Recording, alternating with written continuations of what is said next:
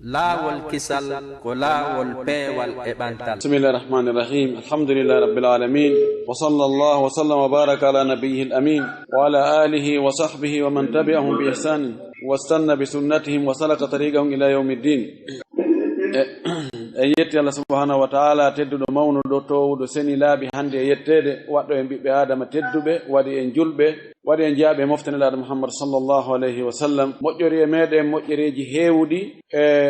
hino ko nafete hino ko yarete hino ko bornete hino ko walete hino ko waddete hino ko dunkitorte e nemaji makko din si en lintide andatano di foti den hani yettugol Allah foti e o zamanu men do sabuna bi Allah tagi bibbe adama be himo mojjade mabbe himo nemindebe kono ko o nemini en fewndo do ko si en dari e defte yimbe fejjunobe en tawa yibe hebano sifande newende do e dipiji di Allah wadi fewndo do elti ko duncitore den hani yettugol mi den hani jarnugol mo en yettimo en jarnimo heden seedo ko kanko woni Allah goto bajjo handudo e rewede mo tawata si tawi rewama nafay rewbe ben si tawi rewaka kay lorray mo rewali o en torike mo en jeejimo yo juulu en laado meden Muhammad sallallahu alayhi wa sallam o mo neli meden sabu yurmende neliraado fi gonga neliraado fi yo en dadu neliraado fi yo hebu mojjereji adna e laakhara yo Allah juulu e makko o juula e sahababe makko ben fu e kala jokkudo diina ka be jokkuno kan watti batteji mabbe din Allah taw hara ko kan diina ka be wonno e mudum ko kan enen kadi jokkuden yo taw hara ko batteji mabbe din ko din wonden e wattude Allahumma amin. Musibe julbe teddube heditibe radio lawol kisal yo Allah hisin en yo Allah malnu en yo Allah moƴƴi gurdam men ɗam yo Allah waɗu en naatoɓe aljanna ɓurɗo towude on fof on jarnama on weltanama karamokoɓe wonɓe e makude o radio ɗo ɓen e radioji goɗɗi goo en torike Allah yo Allah longimɓe konguɗi selluɗi ɗi o yiɗi o yarli nafayɗi julɓe ɓen wonɓe yanganade o radio ɓen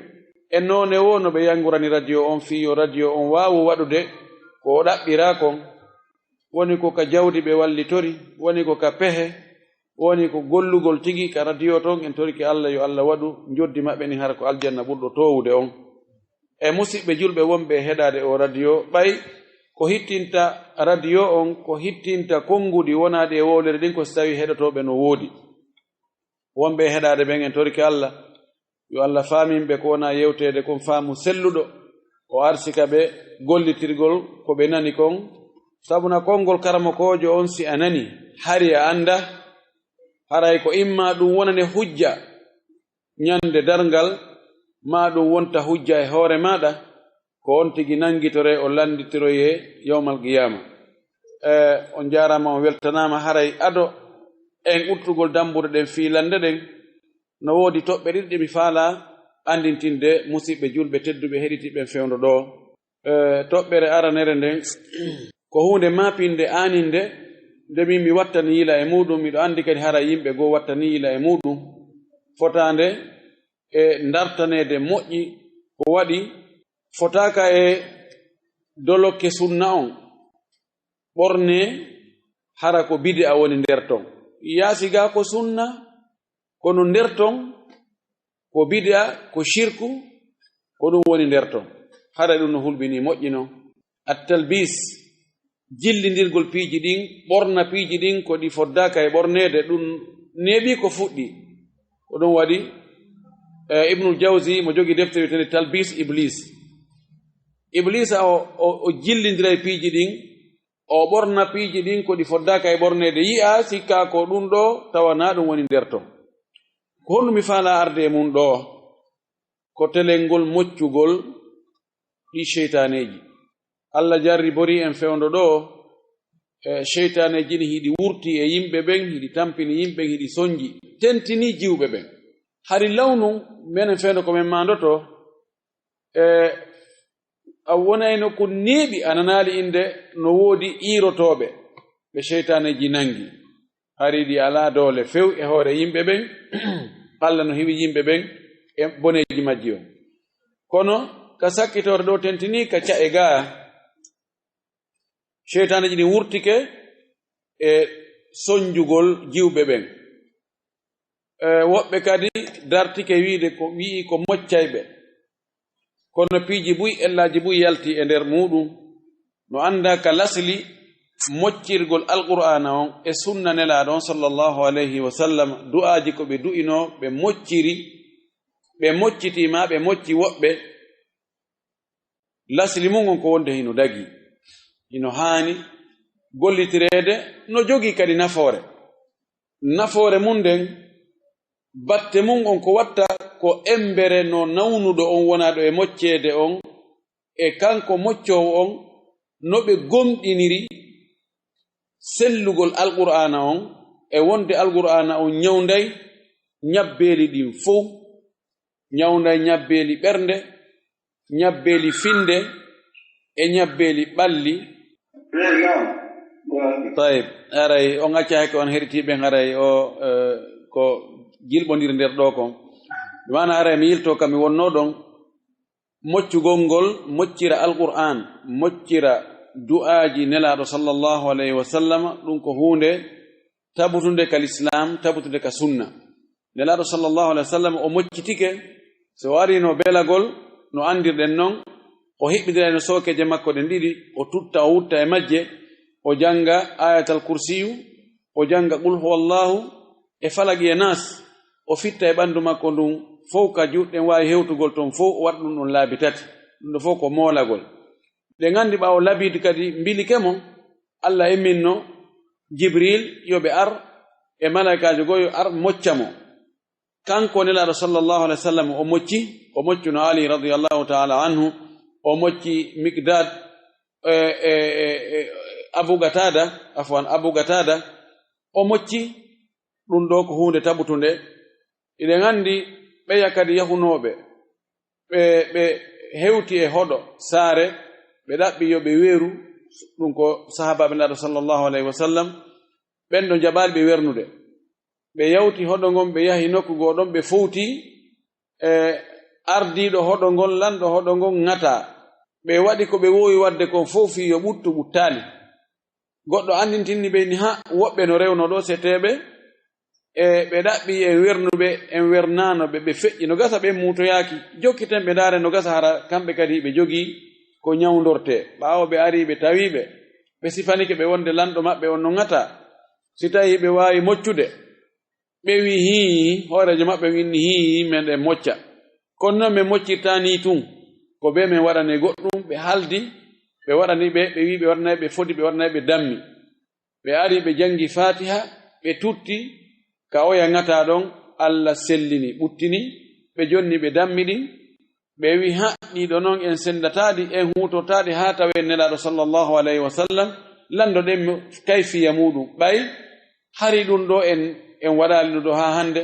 en yi'ali nelaɗo sallam no waɗa ɗum ɗo ƴettugol coggu ko mocci ɓe yahi ɓe tawi nelaɗo sallllahu alayhi wa sallam ɓe sifanimo nelaɗo maaki sende waɗanon mi toon geɓal kono joni sen ndaari alhaaliji wonɗi ɗin fewno ɗo wonɓe e moccude ɓen taway ellaji no nder ton ella go'o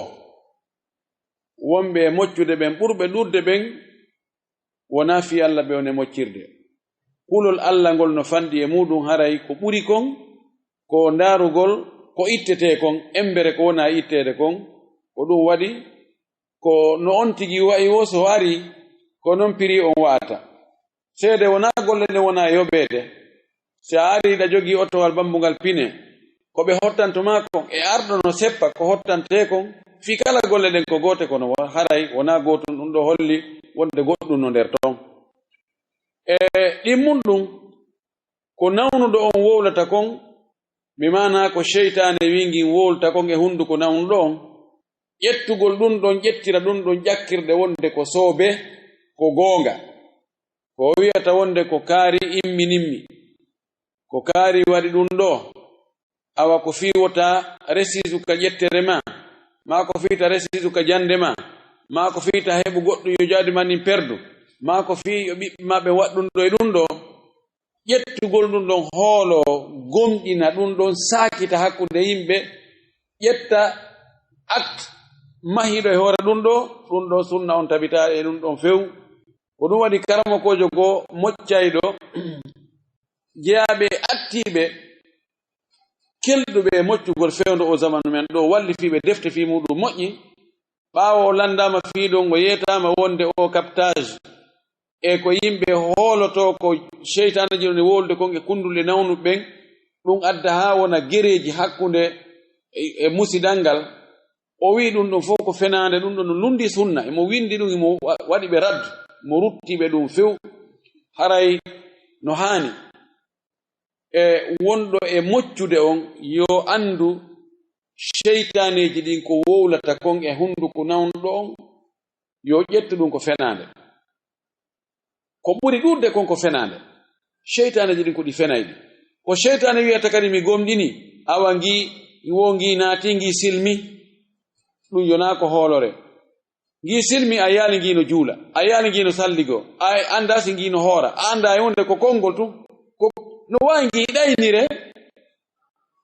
ɗaynire angi hodire ngi jamforo ma wigol ngi silmi ngi naatikal islam hara ngi fenay ko ɗum waɗi ko honɗum an moccowo ɗaɓɓiraɗa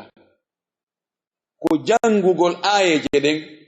fiɓa wonde ko Allah woni ndikkinowo on ko ɗum ɗo tum woni ko ɗaɓɓiraɗa an wona wigol ko ɗaɓɓutugol ko honno o nawniri ko hombo immini ɗi cheytaneji ko fi honno ɗi imminirani mo ko honto ɗi iwi ko homɓe immini ɗi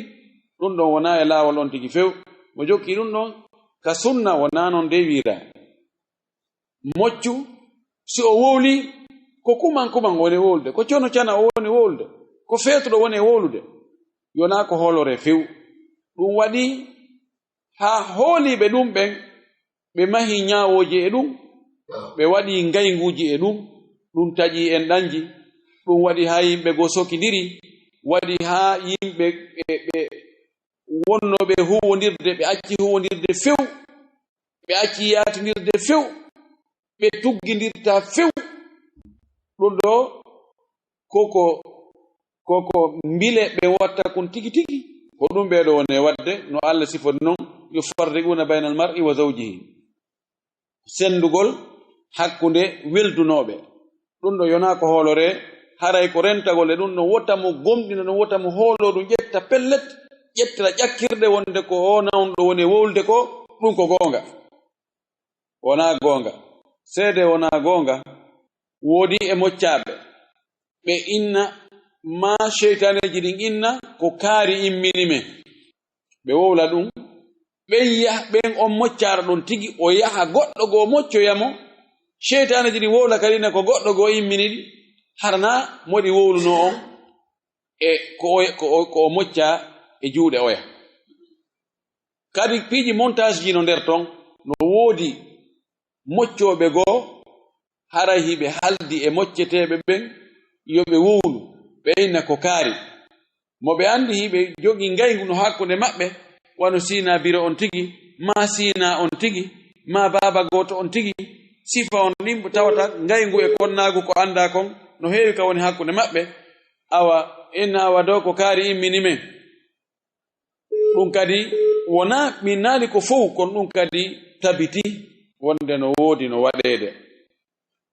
mukhalafanaya bon moccoɓe goo si weddodi e sonnaɓe ɓen ɓe memay nokkeli ɗin fow ɓe mawlay ka mawletake ton fow ɗum kadi ɗin ellaji no yaltude e woɓɓe goo kulol Allah ngol no fanɗi tamo wo accida moccowo on tun e mocceteɗon si tawi mocceteɗon ko sonnajo ɗum ɗo haray faalno annitinde ɗum ɗo koyen wattan fondo e ɗum ɗo moƴƴi toɓɓere ɗimmere nden fayin ko ɗi affaire ji social ɗulle ko fii ɗe cerle wano ko wiyete kon sottagol al iftida ko wiyete kon al iftida ma al mubaraa sottitagol debbo on o ɓooragol moodi makko ɓe mana attalagu ala iwadin debbo on tortagol hoore mum gorko on ƴantamo fere ko wanno kon imma o ƴanta mo teŋe on tum ma o inna o wattay e hoore teŋe on valise on kadi ka sonnaajo on tortagol hoore muɗum no ari hadisaji goɗɗi goo no woodi hadis hulɓinɗo fi sonnaajo tortagol hoore mum hadis no selli mo ka sunan tirmidhi e ka sunan ibnu maja cheikh albani wihi mo selli laɗo maaki on ɗon hadis ayyuma imra'atin talabat min zawjiha talaqa min gayri ma ba'sin fa haramun alayha ra'ihatul janna o kama qala sallallahu alayhi wa sallam laɗo maaki e oɗo hadis kala wo sonnaajo landiɗo moodi mum cergal wi yo moodi mum accutu ɗum yo moodi mum jonnutu ɗum hoore mum jentiteɗo moƴƴi konngol arngol yeeso ngol ɗon min gayri ma ba'sin tawa na ella hay huunde na ella hay fus moodi makko jogaaki ella naaka tagudi wonaaka jikku moodi makko bonnaali haqqeeji makko ɗin no jonnutude mo haqqeeji makko ɗin no timmitis no waɗandemo ko gorko haani waɗande ɓeyngu mum kon no jonniti kadi haqqeeji Allah ɗin juulay hooray janngay waɗay moƴƴereeji no renti e piiji bonɗi ɗin min gayri ma ba'sin tawana ella wo debbo on torto tun hoore mum fii wiigol jooni ɓay humpitike oɗo gorko no embere makko ittiri makko jooni no faala kadi yahande gorko goɗɗo goo kadi anda on ɗon kadi no laaɗo no huɗi worɓe mettotoɓe rewɓe tun accita e rewɓe kadi haɓɓitiɓe mettoto worɓe buy ma worɓe buy mettoto ɗum azawwaquna wazawwaqat oɗo o sonnaajo wa'uɗo ni torti hoore mum tawana ella hum wowaɗi fi honɗum nono mi faal tun sertude e o gorko ko no wamma wallahi waɗalanga hunde a landano kasi okkaɗamo ɓe landino lande himmo nawde mo metta e langoy kono tigi on mi faala tun sortade juuɗe makko nani o sonnaajo wa'uɗo ni ko oɗo nelaɗo sallallahu alayhi wa alihi wa sallama kambani si o tuubaali Allah yaafimo ka adnaga haray o heɓoyta uurengol aljanna on non uurengol mum no hewtoya ka yarete kada wa kada duuɓi buy gasa aljanna on uurengol mum ngol si tawi aljanna no Afrique ɗo haray no uura ha Europe no uura ha Amérique ha Asie fof hayɓe Australie ɓen ɓe heɓay uurengol ngol oɗo sonnaajo oɗo falji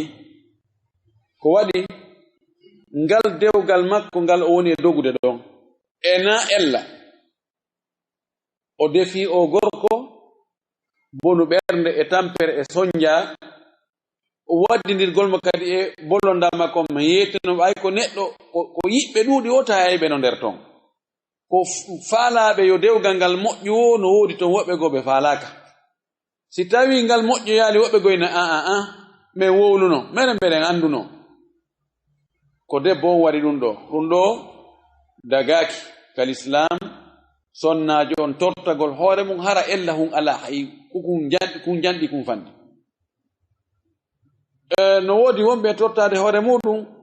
taw nandema ko gorko on jogi ella ko imma faale wonirgol ni wona kunfen hoore muɗum wona joni si gollani hoore mum ko heɓi kon ko kañum jeyi kañum tun e mawɓe mum ɓen woɓɓe no tortora hoore mum e hoore ɗum ɗon wona gorko on jogi ella wona gorko on ronku mo dankade kono joni e wongol e ley konngol goɗɗo mettitimo fala heɓde liberté o gera ko o faala o ñallay ka o faala o waalay ka o faala o waɗay ka o faala o yewtiday ɓe o faala goto wiyatama ko hombo yewtuɗa ɗum ko on to yanoɗa ko on ɗum hay waɗa hunde kaari sonnaajo noon ko hanuɗo wonde e ley konngol arrijalu qawwamuna ala an-nisa'i bima faddala Allahu ba'dahum ala ba'd wa bima anfaqu min amwalihim. ɓen ɗo sonnaɓe si ɓe tortike hoore maɓɓe o alhaali ɗo haray ɓe naati kamɓe kadi e o kamba ɗo. amma si tawi ba'as no ton ma'ana ella no nder ton haray no dagi. ella on no waawi wonde hara ella gorko on ko hakkunde makko e Allah, ko haqqe Allah woni ala e wadde. gorko on no waawi wonde hara o juulata, no woodi woɓɓe goo ɓe Allah jarri bori, rewɓe goo ɓe Allah jarri bori, moodi boɓɓe ɓe juulata few, hakkitande mum ala e juulugo. ma horata, ma yaray, ma ƴettay mema e dorogo on. ɗum ɗo ko hakkunde makko e Allah. ellaaji wonɗi hakkunde makko e Allah ɗi tawata. sonnaajo fota e wonde e ley dewgal gorko wawɗo non. ellaaji goo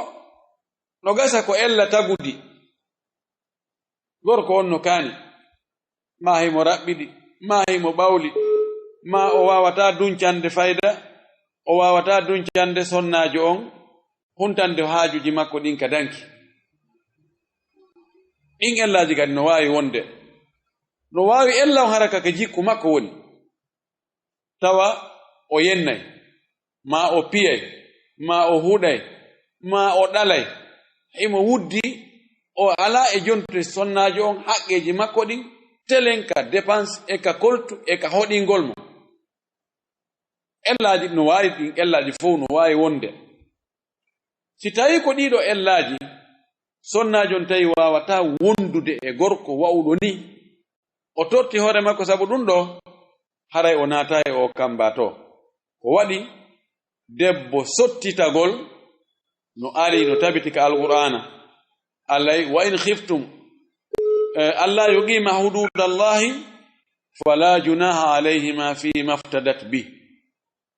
si tawi yehi ha hakkunde gorko on e sonnaajo makko on, tawi ɓe wawata ñiiɓude e keerol ka Allah wi ɗon, wonde e sharia Allah on, mo be joni taw ya haqqe muɗum, ɓe wuurida no haani, no sharia on wiri yo ɓe wuurdu non, tawi eɓɓatako sabu angal pottangal ma jikkuji bonɗi ɗi gorko on jogiiɗi, ma angal jonnutugol sonnaajo on haqqe makko on. Allah wi haray ella ala nde debbo on sottitoto al iftida, o sottito e hoore ko ɓe haldi ɓe fotti wo. yalli no sellana gorko on ka o ƴetta e juuɗe sonnaajo on ɓuri ko o dépensunomo kon, no yeddondira hakkunde karamo ko ɓen. imam maliki maki no dagi ko nara gorko on ko dugula, mana ka raɓɓiɗi ɗon no dagi ka debbo on inna moodi mi tortike ma hoore am ɓay ko ni,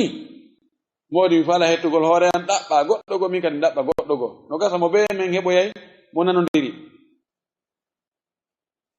ɗon ko imma gorko on ko haani kon yo gorko on jonnutumo, si tawi ko gorko woni mo lorrude, wota o lorrumo o faala ka wondude e makko, o haɓɓito kadi o itta e goɗɗum e juuɗe makko so accitamo, yo accutumo. si tawi non fayda gorko on mara ella, kono debbo on tawi gorko on mettiti ɗum, ɗo no dagani gorko on ka o landomo yo sottito. ɓawi miɗo wadde ɓeɗe ko mari feere kon fof, kono a inni joni mi welatama, mi mettitima, joni sa yiwa e juuɗe ande a jonelan hunde kaari nani. ɗon haray no dagi dalil mum on sonnaajo Thabit ibnu Qais radiyallahu anhu wa anha. oɗo sonnaajo hadis on tabban hadis on no ka sahihain, qissa on no ka sahihain. sonnaajo ngari tawi nelaaɗo o wi nelaaɗo, la anqumu ala thabitin fi dinin wala khuluqin walakinni akrahu al-kufra fi al-islam. فقال صلى الله عليه وسلم أتردين إليه حديقته؟ قالت نعم. oɗo sonnaajo Thabit ibn Qais ansari ankejo, sonnaajo ngari tawi nelaaɗo o wi nelaaɗo, Thabit moodi an o mettirallam fi diina makko kam ma jiku makko, ella wona ka diina woni wona ka jikku woni kono mi yiɗa keferagal ka nder l'islam ko faanda keferagal ka nder l'islam ɗon ko dullugol ronka jon haqqe muɗum tawi yehi ha ko gorko on mettitimo kon o wawatamo jontude haqqeji hande kadi gorko on mettitimo cep o wawatamo ɗoftade ka mbaldi o wawata gorko inna waɗɗum ɗo o waɗa tawa ɓernde makko nden no waali o wawa modi makko inna accu o acca tawa himo weltori ɗum tawi hande kadi ukkangal wo ko ñuuƴi tawi o mettitimo few no woodi wonɓe qissaji kon naɗi sellude ɓe inni wo Thabit ibn Qais o yaltututayimo wondi e sukaɓe buy worɓe buy jakka ɓeygu makko no renimo nokkugo wo ɓeygu makko ndaari taski ɓen ɗon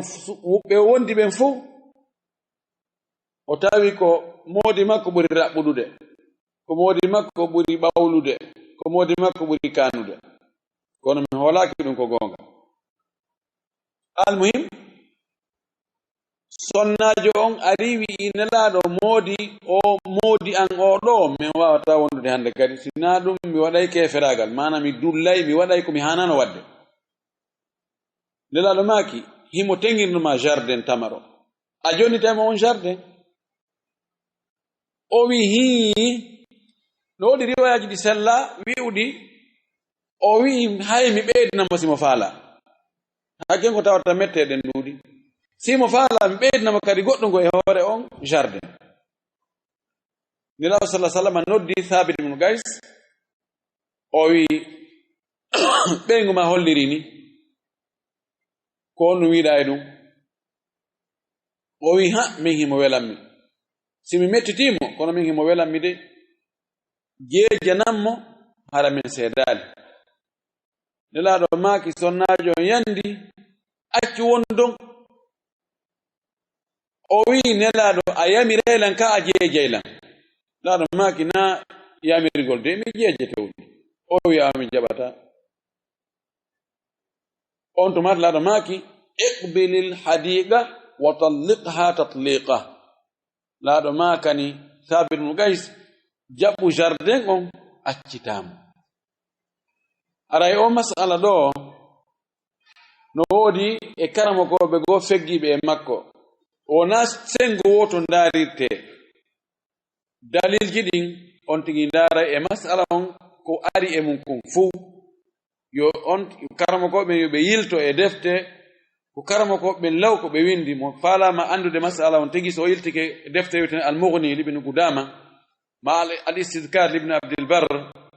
ma al-Majmu' sharh al-Muhadhab lil-Imam an-Nawawi ما بدائع الصنائع في ترتيب الشرائع للكاساني ما كتفسير الإمام القرطبي edefte goɗɗe go on tigi ay ton kongudi ko honno karama ko ɓen hawti hakkunde o hadis ɗa e o hadis ɗa qissa on ɗa e aya on haray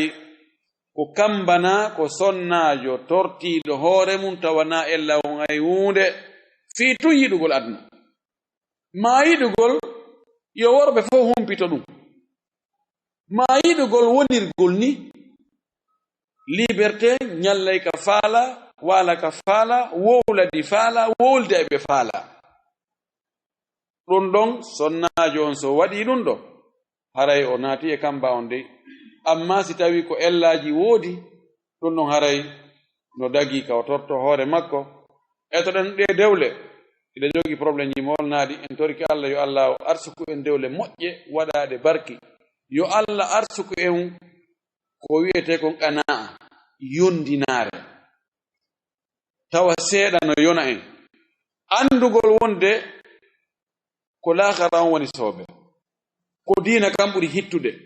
sabuna ɗum ɗo ko ɓuri heewde kon ɗe dewle wonaɗe e bonneede ɗe cerle sukkuɗe ngo o angal famodiral e de dewle ko ɓuri ɗuuɗude kon ko woni addude ɗum ɗo ko haɓɓitagol mooɓa e aduna on fof watta ka jiifa muɗum kañum tu faaleji ɗi ala keerol ala ka hatti si on tigi heɓi 5 000 euros imo faala 100 000 euros o ndaarata ko heɓi kon o yawtini gite ko shaa'ir o wi'i kon tamannal mun hatta ida ma balagtaha samawta ila ma fawga fa tamannayta a yeloto hunde ha heɓande yawtinande gite famina wurinde en hari a faalaka nde yawtoya tonin ton inna ko moto faalaɗa heɓa moto inano ɗi patiji ɗo ɗiɗo ɗi doƴƴito to moƴƴi simi ɓano TVS ko ɗum ɓuranimmi heɓa TVS inna si goɗɗo rewoyi no jogi otowal no jogi reno air 12 wal no ko ɓeɗo ɗumani ndaro moto ɗuwatama nangue ɗuwatama ndiyam sa feƴƴi haaɓi oto on to kun kadi ayimo paradowal no feƴƴayna yo ko ɓeeno ara no heɓayno ɗum ɗo hara no haaji mo gasi kala ka on tigi heɓi haray mo faala yeeso ton tan haray ɗuyten faaleji feƴƴutuɗuɗi eto ɗen wonen ka moƴƴinen dewle ɗen worɓen danko sonnaɓen kadi eto muñño haray ko ɗetoɓe ɗo ɗi ɗum faano andintinde ado en fuɗɗade filande ɗen on yaafoto si tawi hawri no ŋaasi goɗɗo ka fondo makko haray no tori on tigi yaafolan wallahi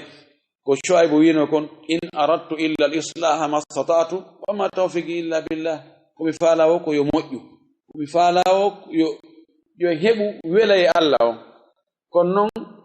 wela e Allah on heɓata ko fannin on tigi no waɗɗi